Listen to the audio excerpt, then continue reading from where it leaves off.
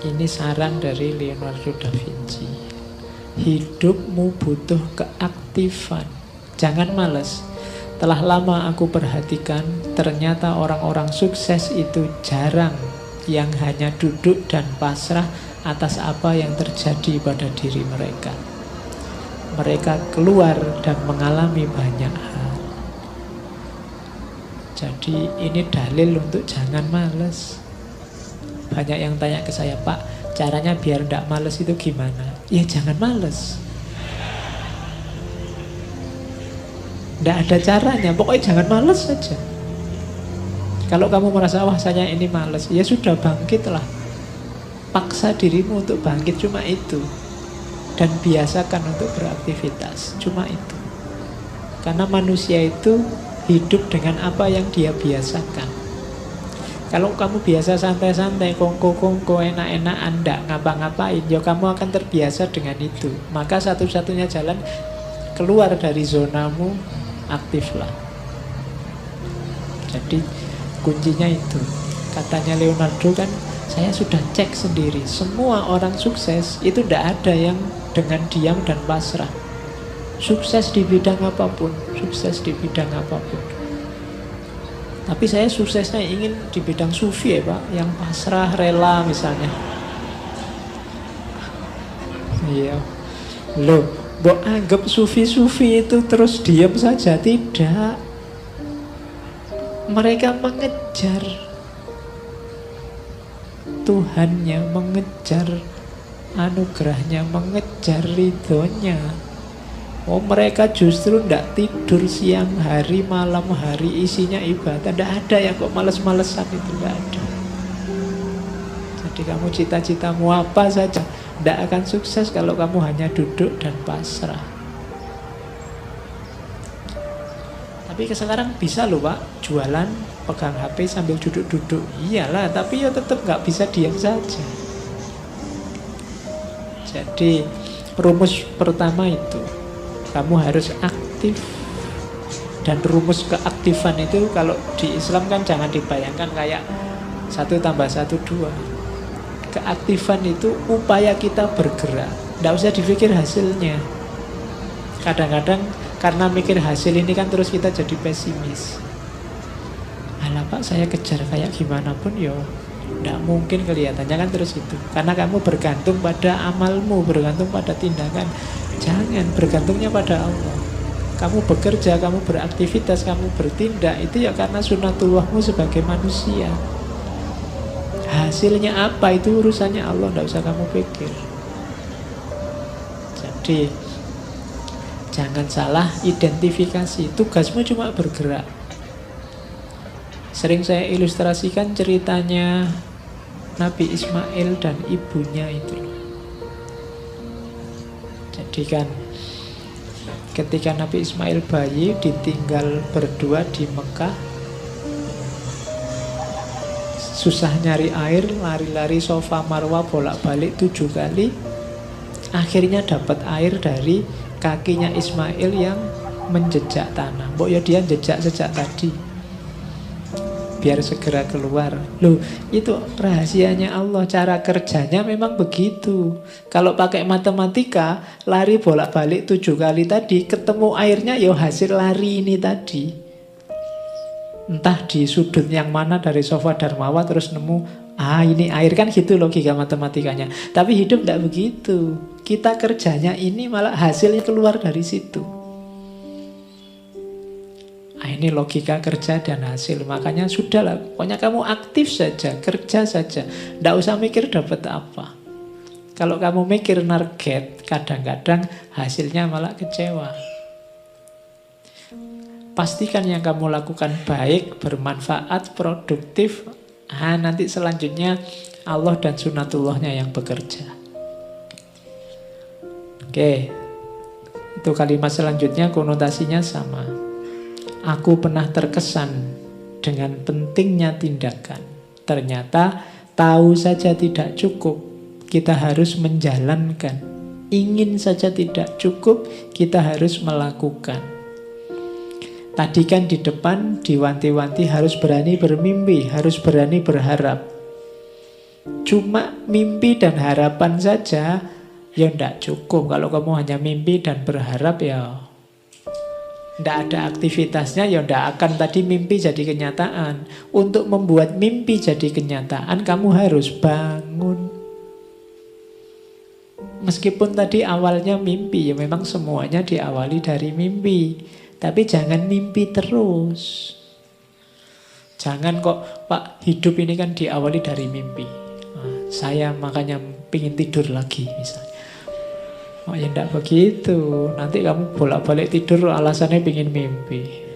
Enggak, biar mimpimu jadi kenyataan, kamu harus bangun. Seenak-enaknya sukses dalam mimpi, jauh nikmatnya dibandingkan sukses dalam kenyataan.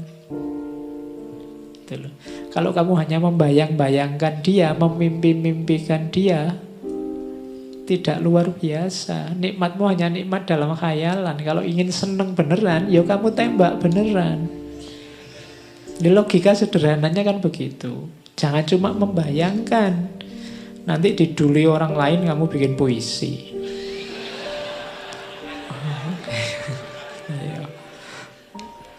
Oke ya, terus. Ini analogi dari Leonardo da Vinci. Besi berkarat karena tidak dipakai. Air yang diam akan kehilangan kejernihannya dan dalam suhu rendah dia akan beku. Demikian juga dengan ketidakaktifan akan melemahkan pikiran. Maka kita harus merentangkan diri kita sampai batas akhir kemungkinan. Kalau kurang dari itu berarti dosa. Baik pada Tuhan maupun pada manusia. Itu maksudnya apa? Wujudkan potensimu, gunakan fasilitas, kekuatan, daya yang diberikan oleh Allah 100% semaksimal mungkin. Kalau tidak berarti dosa. Kenapa? Allah memberi kita sia-siakan.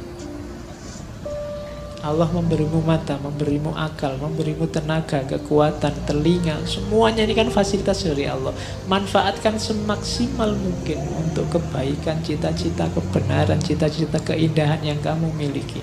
Kalau ada yang tidak kamu gunakan atau kamu gunakan setengah-setengah, katanya Leonardo ini, berarti kamu sedang berdosa. Pertama, dosa pada Allah karena menyia-nyiakan anugerahnya. Kedua, berdosa pada manusia yang lain karena kamu harusnya bisa memberi manfaat besar tapi tidak jadi karena kamu malas. Jadi itu pesannya Leonardo. Kalau hanya dilihat pesannya saja kan tidak terbayang orang seperti Leonardo bisa ngomong kayak gini.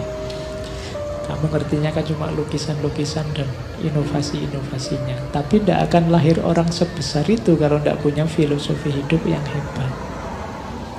Dan ini diantara filosofi hidupnya.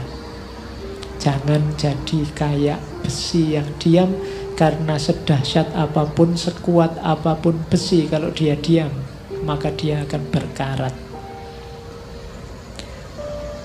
Air juga begitu, kalau diam maka dia kehilangan kejernihannya, dan kalau suhu turun dia akan beku. Pikiranmu juga begitu, kalau tidak sering digoyang dia akan beku. Kalau dia beku tidak bisa dimanfaatkan. Oke, terus as you cannot do what you want what you can do. Kalau engkau tidak bisa melakukan apa yang engkau inginkan, maka inginkanlah apa yang bisa engkau lakukan. Itu penjelasannya ya. Jadi ya mimpilah, berharaplah cuma yang terukur, yang bisa engkau lakukan. God sell us all things at the price of labor. Tuhan itu menjual, apa menjual itu? Berdagang dengan kita, memberikan pada kita segala sesuatu, tapi ada harganya. Harganya apa? Labor, kerja. Kalau kamu ingin dapat sesuatu, kalau kamu ingin menghasilkan sesuatu, mewujudkan sesuatu, akan diberikan oleh Tuhan, tapi tebuslah itu, ada harganya. Harganya apa? Kerja. Jadi kerja itu harganya, jangan diam. Makanya kalau dalam Al-Quran, innallaha la yughayyiru ma biqaumin hatta yughayyiru ma bi anfusihim. Jadi perhatikan kalimatnya, innallaha la yughayyiru, berarti yang merubah tetap Allah, bukan kita.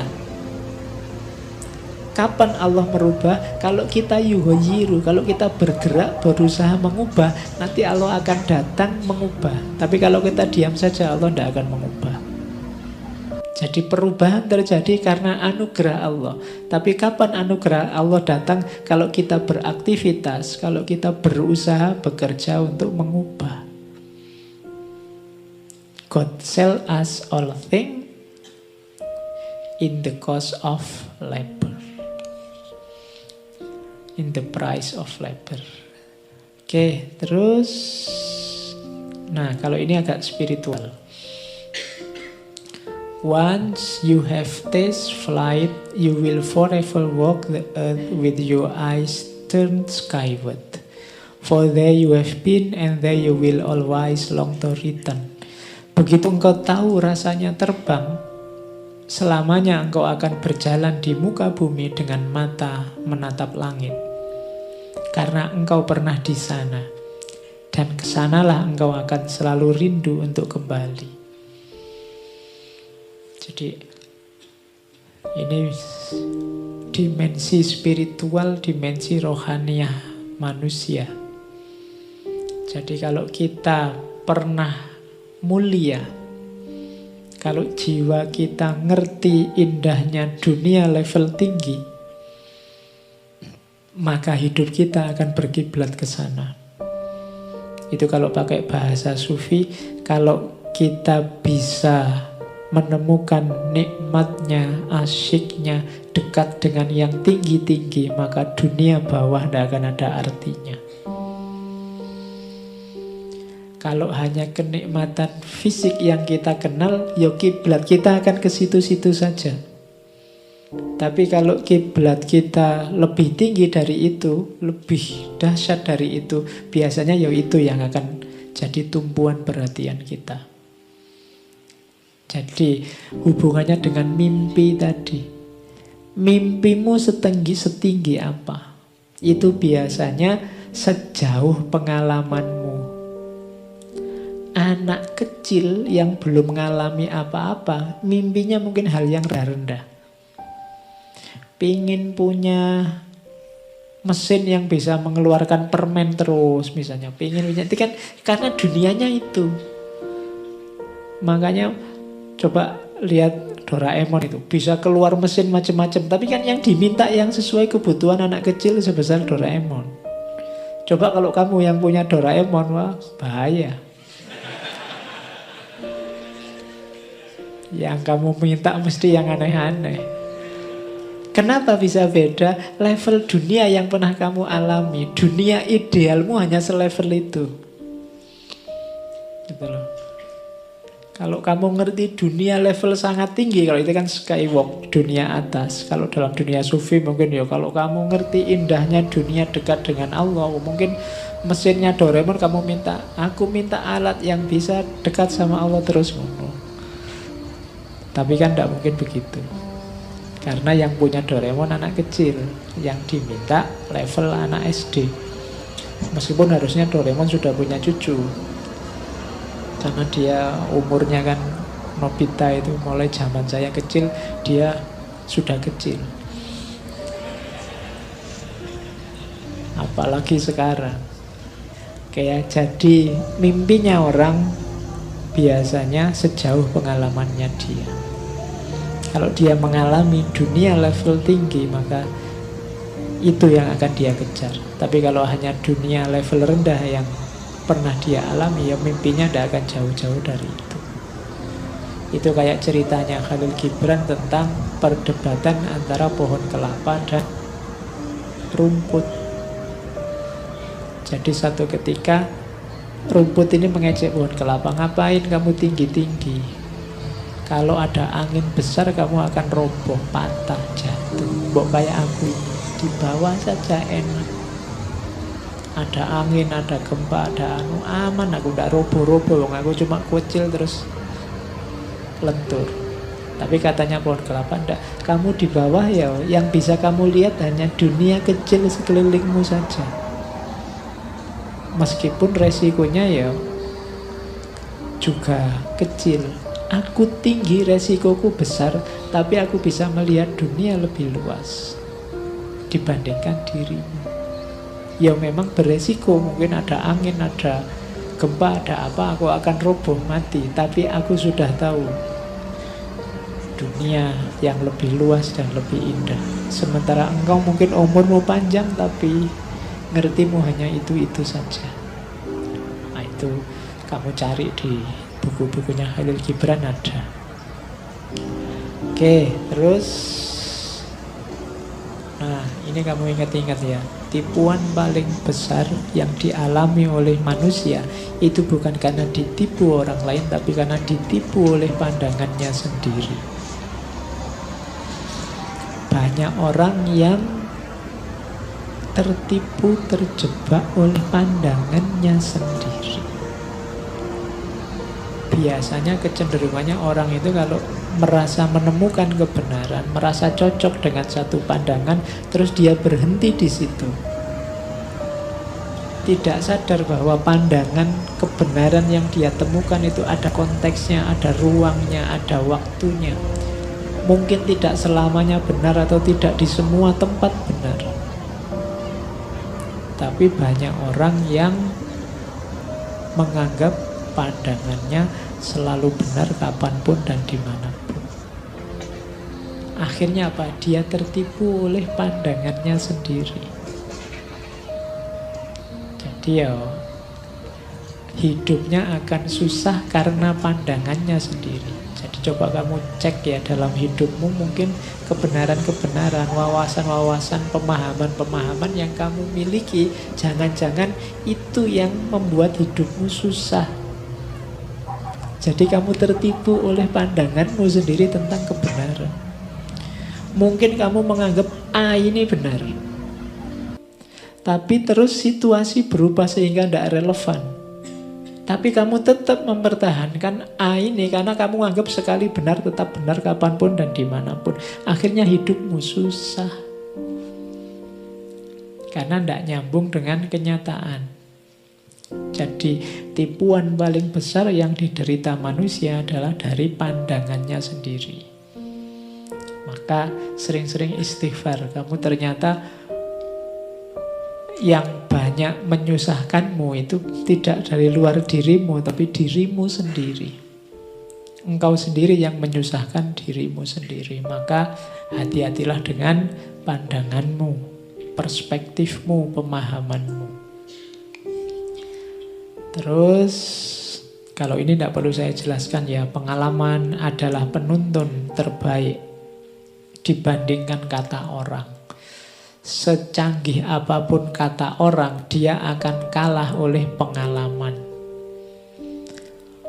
Puluhan orang bilang warung di situ ndak enak. Begitu kamu ke sana, lah kok enak? Yang kamu percaya kan pengalamanmu dan bukan kata-kata banyak orang tadi.